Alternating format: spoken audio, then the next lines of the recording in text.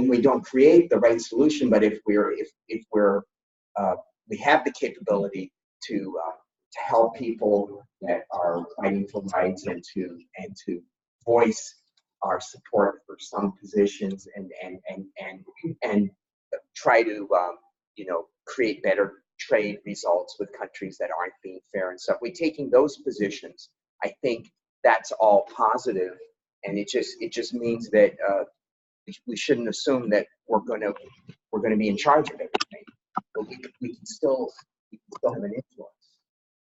Then we're in a lot better posture with other countries. It helps clarify like where we stand in that we're not trying to take over another country or we're not trying to force a system on another country, but we can definitely help. We can definitely help for some solutions. Cultivation and not control. Right. Well. Okay, so then again, going to a macro level. 2020, Trump gets elected.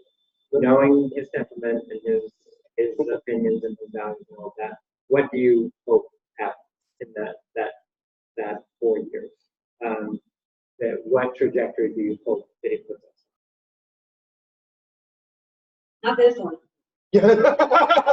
Not this one. Well, I'm not well educated with the tariffs and the economical system because to me, I don't know. So I'm not going to speak on that. That's not for me. What affects me are directly, are the way that he treats and talks about people. I think that's kind of the beginning of how you establish relationships, how you form a conclusion, and for his when Donald Trump speaks about something that he doesn't agree with, although he makes a positive remark like, good, it's not in depth. It's not meaningful. And you know that it's just to placate the other side. That's it. So the trajectory that I hope he puts us on, that I don't have much hope for, is that it's like what Will said, that he will be kinder and more compassionate. But how can you do that? Do you think like deleting Twitter? I feel like for me it's like no more tweeting. No more tweeting. I feel like presidents should not tweet even if it's positive. I think that like politicians don't belong in that world, and I know it's nice to get those like sound bites, but I just don't think like it's not giving class to a very high esteemed position in my opinion. So, like no more tweeting. And then, no more. And then I think that he needs queer people in the panel. Like he needs like panelists and cabinet members that are queer, people of color. He needs people that are gonna be able to, he needs like an advisor that's really gonna give him foreign relations, like someone patient, someone that's gonna really understand like, you're going to Japan, this is how you act. And someone that's not scared of him, like, and then I think that what would really put him on a really great trajectory is for Melania to divorce him. I think he needs to have like a trauma in his life. He needs like her to take the kid and just like hit the bricks because she hates him more than we do. So I think that if she leaves, I think, and I'll just say that will really help him to kind of like have some kind of like break in his life. I think everything for him has been handed to him. Financial to all that, Didn't he call Barron like her son? Her son, yeah. I don't know the way he said her he son. addressed his own son. I was very like, so like what you say about him taking away the kid, like I don't think he'll even care. I don't know. I'm just saying if she makes that move, it'll embarrass him. Like, I think there's like a public embarrassment that he has yet to have. Yeah. He doesn't like public embarrassment, but every time he's had it, I'm rich, I'm fabulous, I'm fabulous, I'm rich, I'm rich. And it's like, now you're really not rich because all of your accounts are closed. So you don't get to say you're rich. You're a president, you have no money. So I think it's really important that like moving forward he has that. And I mean that's the only thing I can really think about. Like that would be kind of a public embarrassment. So I think if what trajectory could put us on is, like I said, foreign relations, number one for me, and being the child of an immigrant, I think it's so important that he understands how to operate in the other parts of the world, Middle East, Asia, that he understands more about the nuances of business. He understands how to like operate business, but like financial, like and public relations are really important. And then I also think he needs to stop speaking to only one part of the US. Yeah. It's time for him to speak to a wider audience. Stop talking to your only this group of audience, niche. If he spoke to a larger audience, you actually might get more followers. From a PR standpoint, being a publicist, it's better PR, it's better marketing to speak to a larger audience. Do not make fun of mentally disabled people. Your son has learning disability, so you're technically making fun of your own kid. So number two, like, do not like pander against women, misogynistic comments about to stop. So I think he really needs a publicist. Like, if he was a client of mine and he was an entertainer, I'd be like, you need a publicist. So that's kind of the number one thing, is getting his public image under control, because that's so important as a president. Look at Nixon. The reason Nixon fell apart was his public image. I think, like I said, Mike Pence, as far as I think he's ever probably the best decision he ever made in his life is getting him as vice president. And I think he just needs more of a politician. It's like, I don't think Mike Pence would be the best case, because there are a lot of politicians.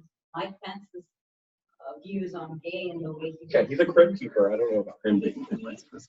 the way he wants to, or the way he stated that he wanted to convert Gay conversion, yeah. Yeah. But he's in the closet, it's fine. I think so too. I just don't, I Let's get hear it. I your get note. the whole being politically polite, right?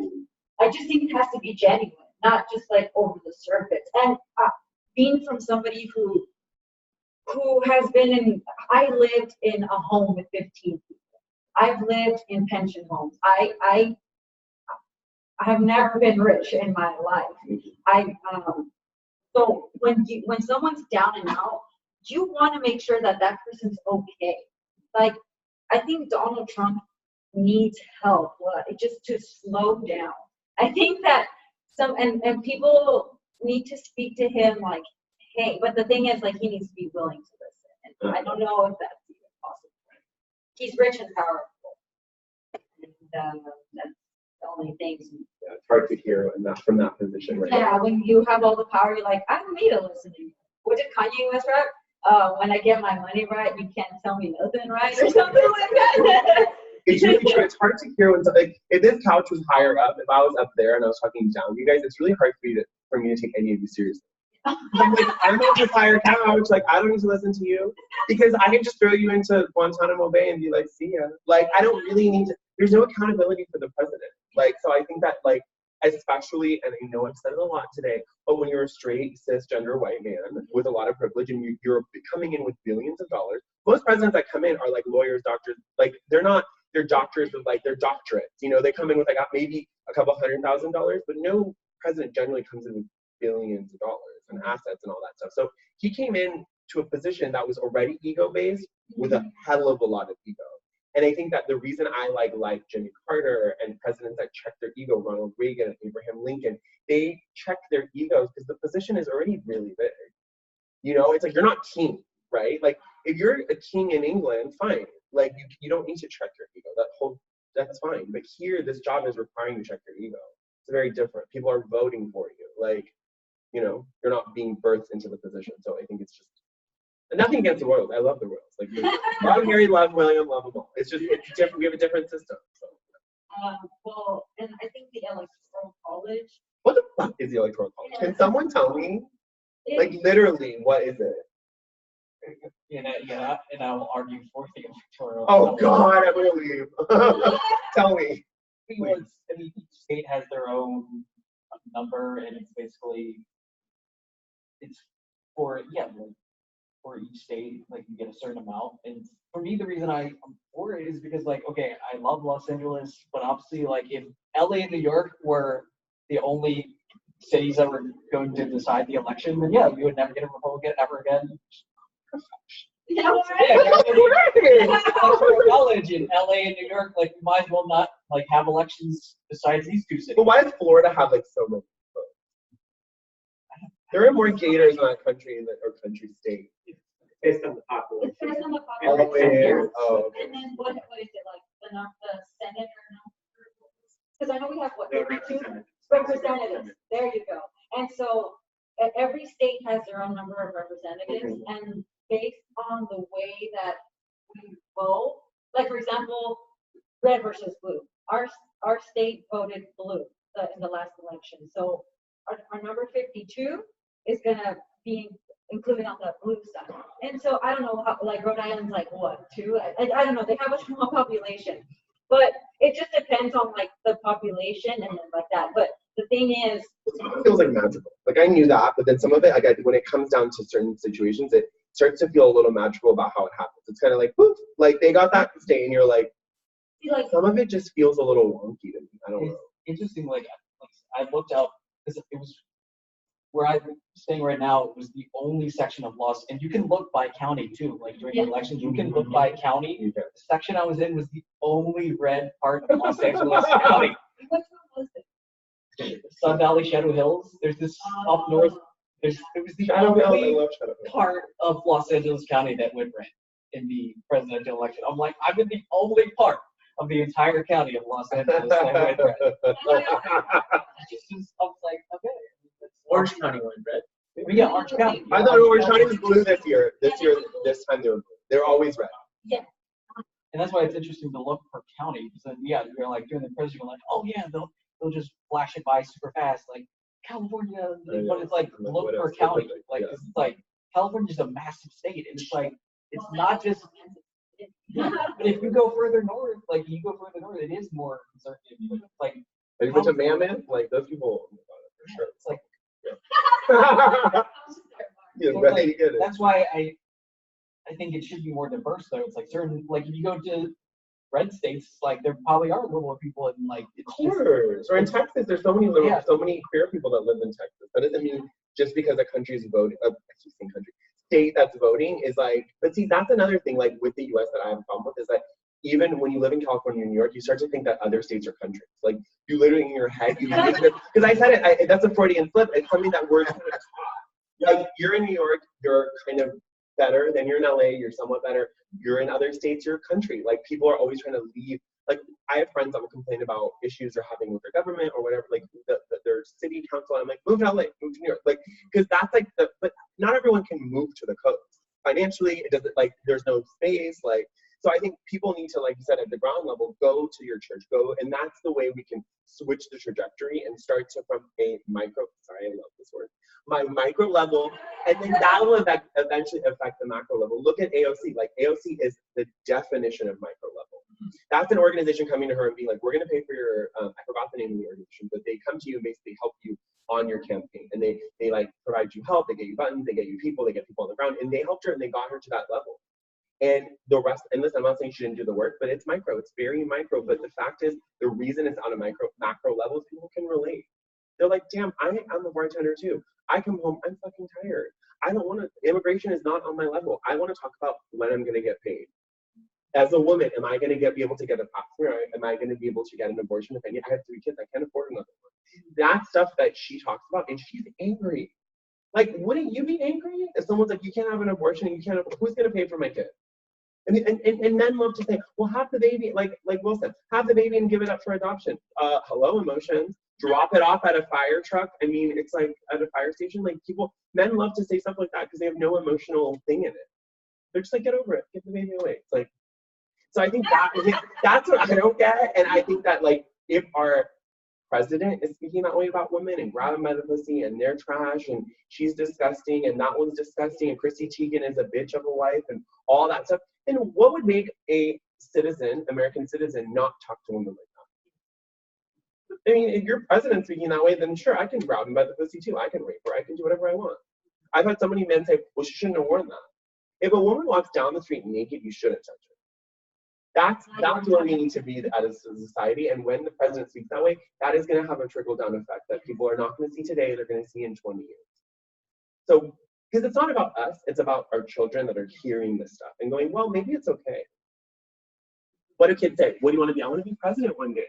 If your president is speaking that way, then why wouldn't you, like? The bar went. Yeah, the bar is down. Yeah. Not morality, but the bar of just Humanity. and the way that you form relationships. Like if I was 10 and I heard a boy like, oh, I'm gonna grab you by the pussy because our president is allowed to say that and won't get reprimanded for it. And it's like, what? Hell no. I mean, like, we were talking about, what was his name, Billy Bush? Mhm, I mhm. mean, all that guy did was laugh. And like I said, I'm gonna give him the benefit of the doubt out of nervousness, because you're here with a billionaire. And he's saying, I'm gonna grab her by the pussy, like, huh, yeah, okay. On go camera. get a job. Off Yeah. camera too, you know, so it's, yeah. He gets shitted for it and stripped away from his job. And what happened to Trump? He won presidency. Yeah. And just the way that, like I said before, the way he talks about people, it really does trickle down effect. It affects everybody. We're a globalized world. Yeah. It affects everyone, even like down to the poorest of the poorest. And because, hey, somebody went into power already being an asshole, already being insensitive. Like, I don't need to do that. And Maybe for another term, if just building on some of what he said that helped him get into office the first time that he hasn't been able to deliver on, or he's been distracted, or he's by nature, too distracted in publicity and just, popular culture and stuff. If he refocused, he could be an historic figure if part of what he's trying to do was supposedly with Jared Kushner, they're trying to work on a plan to have a peace agreement more widely in the Middle East. And well, I mean, the United States could possibly make that happen if he played all his cards right and stuff. Where Saudi Arabia needs us now probably more than ever. They're more vulnerable right now too. I don't think there will be peace in the Middle East. From a Middle Eastern perspective, and having lived in the country, that country has been in influx for 1,000 years. So I don't think that this country in a couple of years, even 100 years, could fix that. Because there's so much tension. It's like as if this room, someone said, everything in this room is spiritual and powerful and godly and otherworldly. Let's fight over it. But there's 400 million people have to live in it, or whatever. Like, I'm just saying, like, a crazy number. Because there's no space. Like, and I think that country in the Middle East, especially in Israel, Israel is always going to get this out of the other world, and Palestine's not. And there's always going to be, and Middle Eastern people are very dramatic. I'm very dramatic. I am surprised I haven't stormed out of the room. That's really though, and people like me are in office. And in the Middle East, like I said, they run a different world. There, you can pay off someone to get what you need. You want a permit, they won't give it to you. You give them $1,000, the permit is in your hand that day. That government runs in a different way. So when you try to go in with peace in the Middle East, which sounds fabulous, I love it. Country, there's too many religions. There's too, like Will said, like, what if you were a Shia in Saudi? In certain parts of Saudi Arabia, if you kill a Shia Muslim, Shia is like 10%, it's a smaller sect, you get a house. of the Essentially, yeah, it kind of, yeah. I mean, if you kill someone, bring a dead body, you get a house, you get like $10,000 cash. Vice versa, in certain parts of Iran and Afghanistan, Shia, you kill a Sunni, it's the same thing. And I'm not saying this is like rural areas, not the city, but at the same time, how is America going to fix that, right? That's where peace begins, and it's very difficult. I'm not saying impossible, but I'm very close to it. I think in terms of events taking place now, Saudi Arabia and Israel are more working in conjunction than they ever have in the past. Because Saudi has to gain financially. They don't really care about Palestine. They have a financial gain, and I think with the Middle East, there's even Dubai is an example of the Middle East being like, we don't want this, because most Middle Eastern people do not want gambling and drinking and partying in their country. But they're like, we will make money. This is the Vegas of the Middle East. We are going to pander to Americans. They're going to come with oil. This is like, we're doing this for race relations. We're doing this for foreign policy. And that's what I mean when I say Trump needs good. That's good PR. You don't want to do something, but you do it for the long haul. You do it because you want Enron, you want whatever, not Enron, Halliburton, you want those companies, oil mining. You want to be involved with the U.S. because you want that money. And that's billions on the table. So they're like, okay, we don't want this, but we're going to do it because of Americans. So I think it's learning that the Middle East is so nuanced. It's like trying to put, what is that like biblical saying, trying to get a camel to the eye of a needle? It's damn near impossible to get peace. I would love it if there was peace in the Middle East, but the only country in the Middle East that hasn't had a terrorist attack on its soil is Iran. So every other country has. So when you have countries that are, I mean, the US doesn't understand. I mean, shootings and some stuff going, like the Boston Marathon is the closest thing, or like 9/11. Obviously, these are huge events, But when that's happening every month, it stops. It's like school shootings. When you hear a school shooting, how long do you guys cry about it? 5 minutes, 10 minutes? When you used to hear about it years ago, people would stop their day. People would have to go home from work. That's not the case now. We're like, oh, 200 people died, moving on. There is a desensitization that happens with people. Your entire family, like my uncle, he lives in Iraq, his entire family got bombed, all killed. Every aunt, every uncle, he only has his immediate family that he made. So there's not much to go from there. Like, you have nothing to really live for. You have nothing to move forward for. And I think that a lot of Americans I can't even wrap my mind around that. Losing your entire family in the span of 20 minutes. No American can really understand that. So I think that I love that. Exactly. Unless that happens to them directly, but even then, it's never on that catastrophic level in 45 minutes, because that's how they do it. They give out pamphlets, and 45 minutes their bombs are going to go off. So you either leave or die. So people are like, oh, it's like, well, 45 minutes, you have a pet, you have cars, homes, money. If your money gets blown, what are you going to do with it? People cannot just drop and go. And I think that, I know it's not a popular topic and nobody wants to talk about it, but it has to be talked about. And I think, great, Jared Kushner going to go in and try to fix the Middle East, but the Middle East doesn't need to be fixed because it's a Band-Aid on a bullet hole. And that's never going to work. Like, I don't know. Like, I don't mean to be defeatist, but I just think that having lived in the Middle East for 2 years, being an American born here, I have a really good foot on both soils. And I really understand intimately that it's just really hard to go in and be the white savior. It's just not going to work. Where did you say your family is from? In Tehran, from Iran. You're from Iran. Okay. Yeah. I And Tehran is like LA, like it's very cosmopolitan. But every country has their thing, and I think that a lot of what the Middle East is also a lot of stubbornness. You could come and give everyone $100,000 and they're like, like there's stuff that like people don't understand. Like there's also, for example, like this is like a kind of side example, but like my dad had a company in Asia and nobody wanted vacation time. They want the cash equivalent of what the vacation would cost. I don't want time off. I want to work.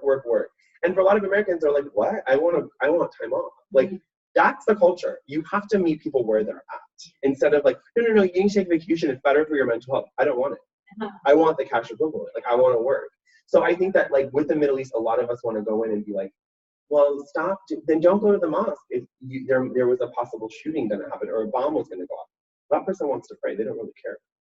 They're like when my mom and sister went to Israel, someone got stabbed in front of them. They're going to walk around it and go and pray. I mean, that's a country. Like, it's like people that live in gang neighborhoods. If someone gets gunned down, they go to work the next day or an hour later. I mean, it's really like someone was stabbed in my neighborhood. I went to work. I mean, I don't like. What am I going to sit on the stoop and cry and be like unsafe? I mean, you move on with your life. It's just the facts. Well, I mean, there's a chance of maybe a peace treaty for the first time in South and North Korea. I could see some positive developments that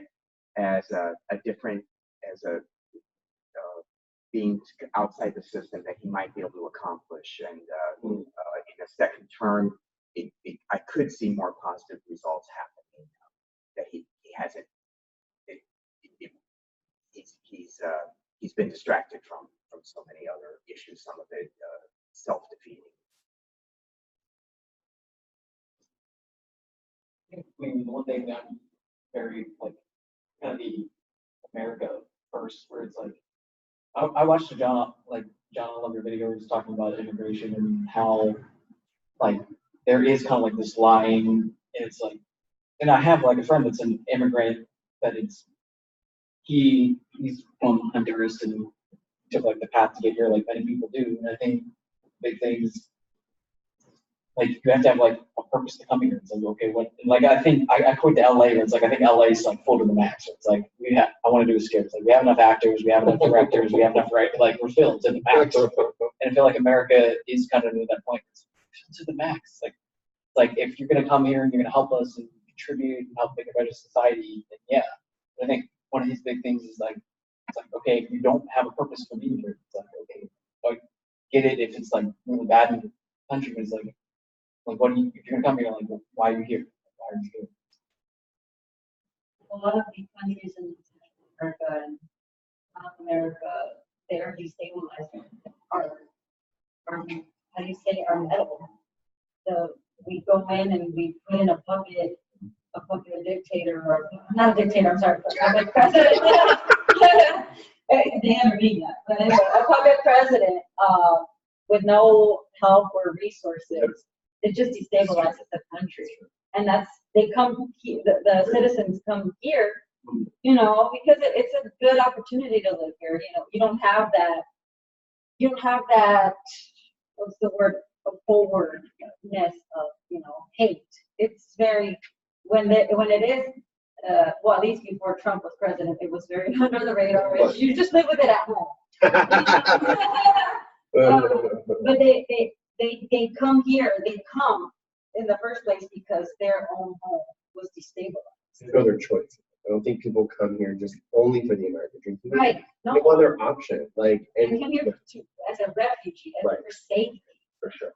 And this is like one thing like my friend that immigrant says, I agree 100% with him. He says this, like, if you're doing bad, then like you shouldn't be here. Like, if you're doing bad, I think that's one of the big things where he's very against like criminals and like the MS-13. It's like, if you are doing bad in this country, like why are you here? Like, why are you like creating gangs with criminals and drug trafficking? You know, like if you're not, like if you want to come here to do like be a part of the workforce or to get education, then yeah, you could be here. It's like doing like something that you shouldn't be doing. Like, then why are you here? But Trump's assuming that if you're Latino, Mexican, you're a rapist, you're a drug dealer. So he's putting that into that, and the fact that your friend is even kind of like saying, oh, well, that's kind of an obvious statement.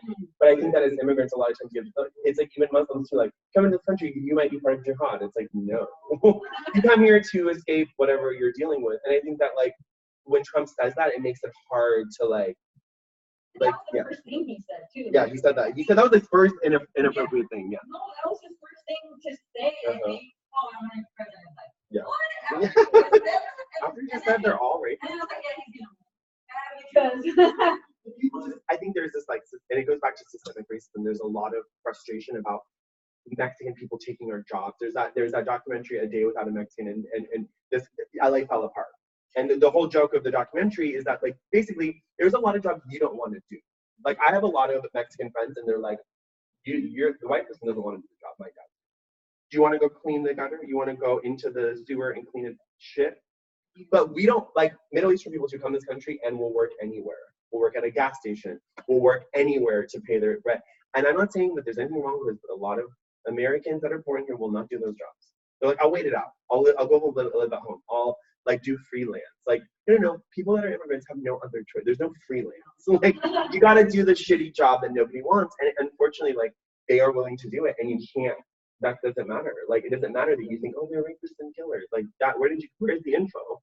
if I didn't, and I have a degree, if I didn't have the community that I have, that takes care of me, I take care of, I will be working those busboy jobs. I wash those dishes. I clean bathrooms. I would do that if had I not had my community helping me move forward. Mm-hmm. Because, well, I can get money and it needs to be done and no one else will do it. They do the jobs.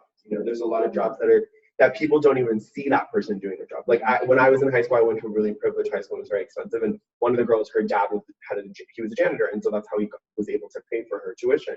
And people didn't know forever and a day that like he was a janitor, and the school gave him an award in front of everyone.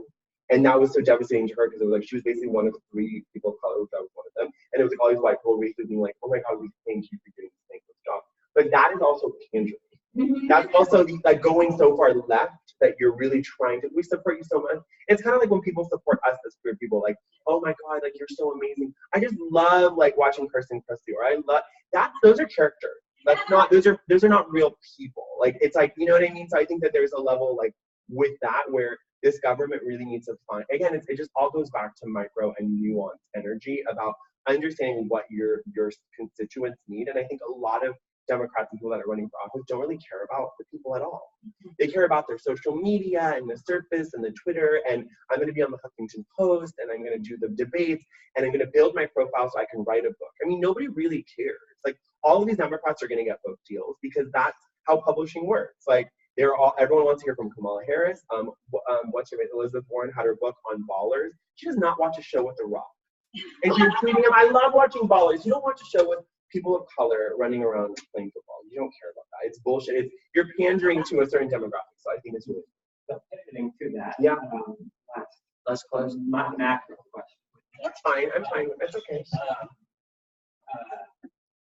That being your thoughts on 2020 if Trump gets in there. Just general short. No, you guys take off this fast. Oh, It's all right if I'm not part of the final discussion. oh no, yeah, that's fine. Yeah. It's very interesting. Oh, yeah. Go on. We can definitely go on. Very nice talking with all of you. Hi. Oh, shake hand. Very official. Hi. Thanks for all the input. Oh, thank you. Sorry. I hope you got to get your points in now because I feel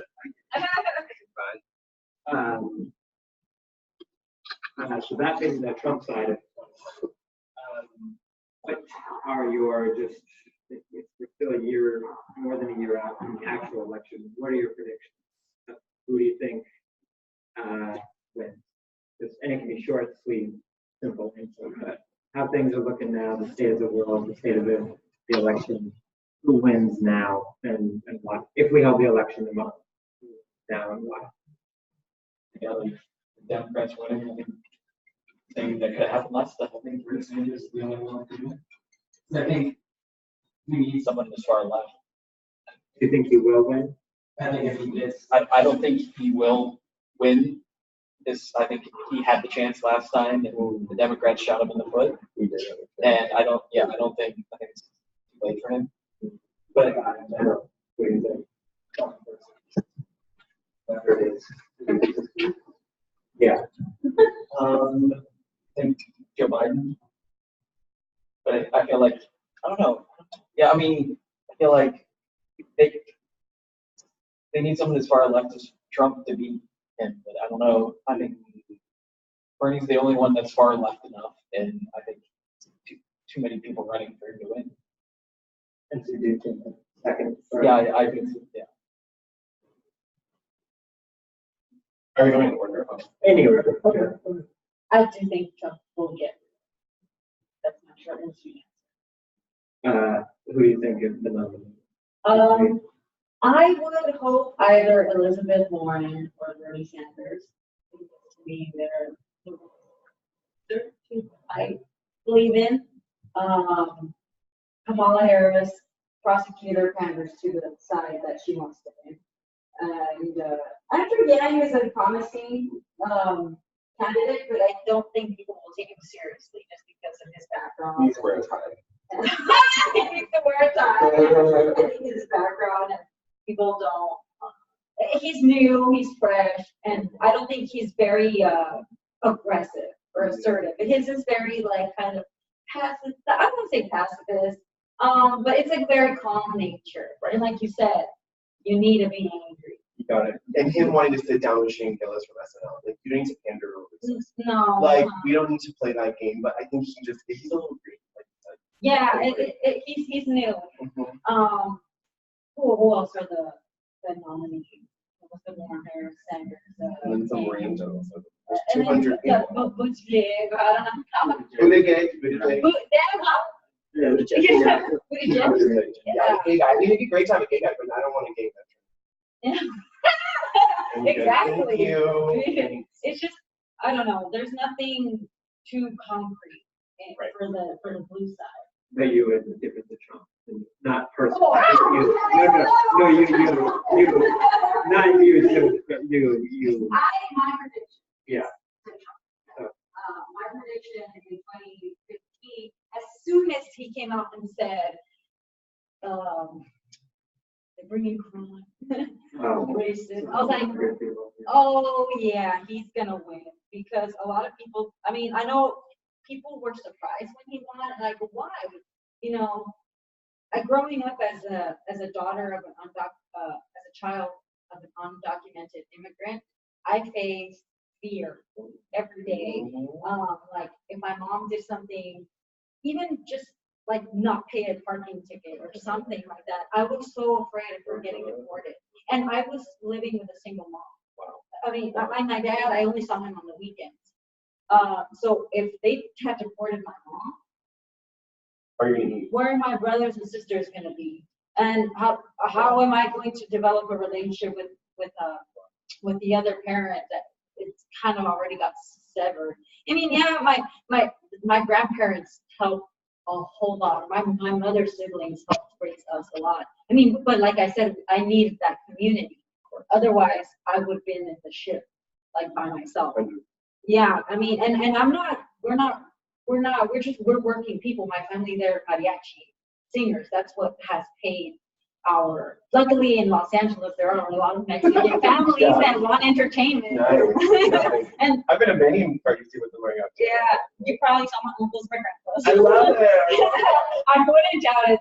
They're the mariachi that was with Kate Del Castillo and Sean Penn with El Chapo were my uncles. I was like, Wow. what the hell are you doing at that house, man? You're gonna get killed. But anyway, I love that. it's so funny because El Chapo, he's like a whole different kind of like on some side, like you want to help him because he's so anti government, and the government in Mexico is like, ugh. Like they're horrendous. But then at the same time, oh yeah, but at the same time, you know, El Chapo's doing like this whole drug, he's a drug lord, and you know, as a result of that, a lot of innocent people get killed. Well, a lot of innocent people get killed too with the government, but whatever, that's a whole thing. It's a whole thing. I don't want to get into it. But like with my family, and my mom got deported, you know, that's it. Like it was scary to me. So when Trump won, before Trump won, I saw that racism. I saw that xenophobia. I saw that. Oh yeah, and right, but and then after he won, it's like, oh, told you it was there. It came out of it grew like weeds. Yeah, so for me, it wasn't so much of a surprise. Yeah, I think for me also it wasn't a surprise. I remember when 9/11 happened, I was 15, and a week later we were at a Costco and I was called a terrorist, and my mom too. And I'm like, I'm just trying to sample some things, buy some, you know, discounted paper towels. Like, I think that there's this level of go back to your own country, which I think if someone's been in a country, my dad's been here for 45 years.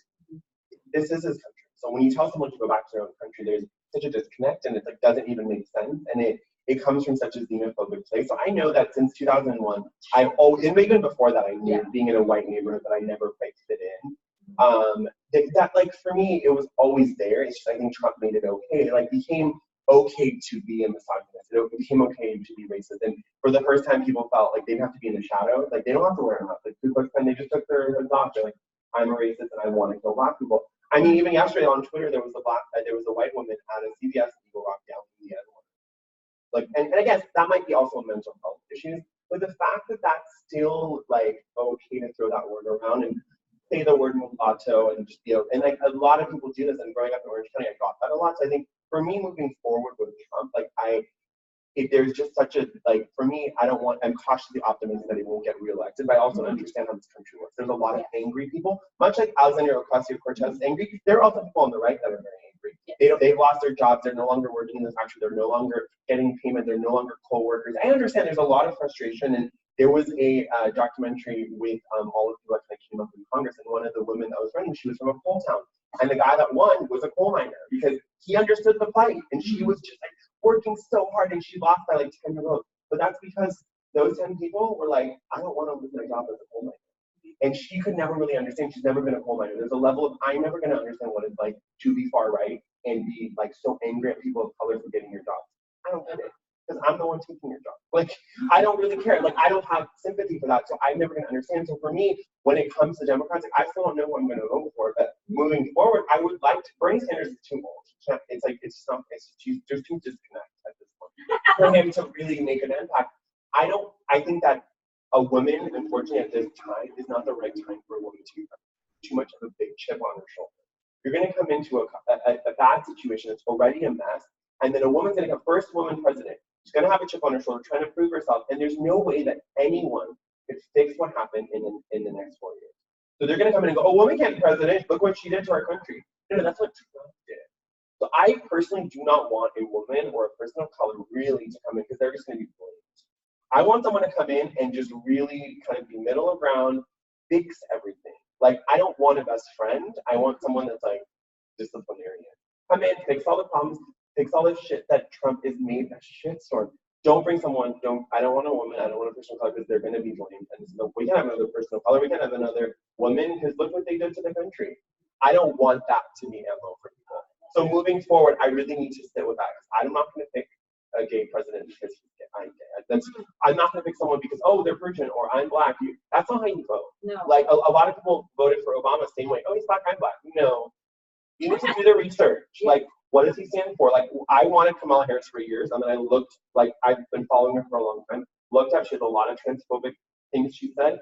I don't want to support that. I don't care if you said it before, that's an opinion you had at some point. That never goes away. And you haven't done enough to Like, repair that. repair that, yes. Yeah. So I again, I think that there's too much of a chip on your shoulder coming in as a woman. So I think moving forward, I still don't know if I'm going to vote for it, but we shall see. Yeah. What is your prediction? Oh, what's my prediction? I mean, just based on our conversation for the last couple of hours and just having these different conversations and talking to my friends, I think that Trump's going to get reelected. There's too much infighting in the Democrats. First of all, there's 245 candidates. Ridiculous. That's, first of all, very ridiculous. The DNC is basically blowing up some of each other's faces. I think not Hollywood.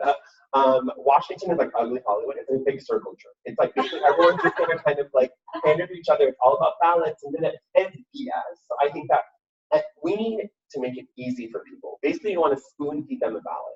When you send a ballot home with a bunch of props, most people don't Google it. They're like, that looks cute, that looks fun, yes. And then yes means no, you're already trying to fuck people up. It's like the SATs, they want you to make a mistake. When you say yes on a proposition, actually means no. If you look at exactly what's going on. So they try to really trick people. They try to throw so many candidates at us, so people are now like, wait, the only person I remember is Elizabeth Warren, Kamala Harris, Buttigieg, and that's it. Like, I'm like, and Bernie Sanders, Joe Biden. That's it, 5 people out of 243. They made no impact. So unfortunately, like, the prediction is really, like, people are going to get, if you get analysis paralysis, you're just going to vote for what's in front of you. So I hope that people really don't, but I don't know. I'm very cautiously optimistic. I didn't know that was like a word, analysis paralysis. Because whenever I get the ballot, I'm sorry. I said it's a lot. The ballot. Yeah, it's a lot. Last year, 2016 was the first time that I voted because prior to that I was in London. And I sat down and I was like, wow, these are a lot of words. And it's, if you really sit down and just take everything apart, you realize that it's very confusing jargon. And I don't know if they do that on purpose so that the people making up these ballots are getting what they want. I wouldn't doubt it. Right. Or the polls closing early. There's a lot of stuff. Yeah. That's like a lot of people don't realize, like, it's your employer's right. Like, they have to give you time off. Like, you can get your employer in trouble if they don't give you time off every single election, even if it's like random, like, because I remember looking at my work, I'm like, oh yeah, even if it's just one thing on the ballot, like, we have to give you time off. It's illegal for them not to decide. I think that they should make that what you just said, that stands about, not to give you time off, because a lot of people don't know that. A lot of people are afraid of losing their job just to, like, they have to go to work to pay their bills, and then they get out, the ballots closed already. Yeah. Or the place. Well, this year they're going to keep it, like in 2020, they're going to keep it open until May. So that's something they're doing. And there was a joke comedian meeting, like, racists are more likely to, this guy apparently got on like 4 buses and then walked 5 miles to vote for Trump. And the joke was basically like, as a racist, you're more driven than like a Democrat, where a Democrat's like, well, the state's kind of blue-ish. I'm not going to vote. And I think what happens is, like, people don't realize that on a ballot, it's not just president. There's a lot of props. There's a lot of other stuff that you don't vote for any of that. That you really aren't involved. And unfortunately, there's a lackadaisical energy with Democrats, and that's why Trump is. So I think that's something to I think we're gonna, yeah, okay, cool. Do you have any last questions? Because I don't want to keep you guys. It is close to 4 now. Yeah. Okay, cool. Thank you guys so much for bringing your opinions and your thoughts. No. I was kind of scared. I was like, you only know, man. No, it's good to get the different perspectives. So thank you guys. Jesse, you have checks. I do. And I have to let whoever did you drive? No, you did not. You I drop. was in the break. Oh, okay. I'm in the break. I think we're both in the break. Okay, perfect. And then I can let you guys out. Wait. And then. So what's like the process? You guys are like pitching this? I'm just curious. Yes. So right now, after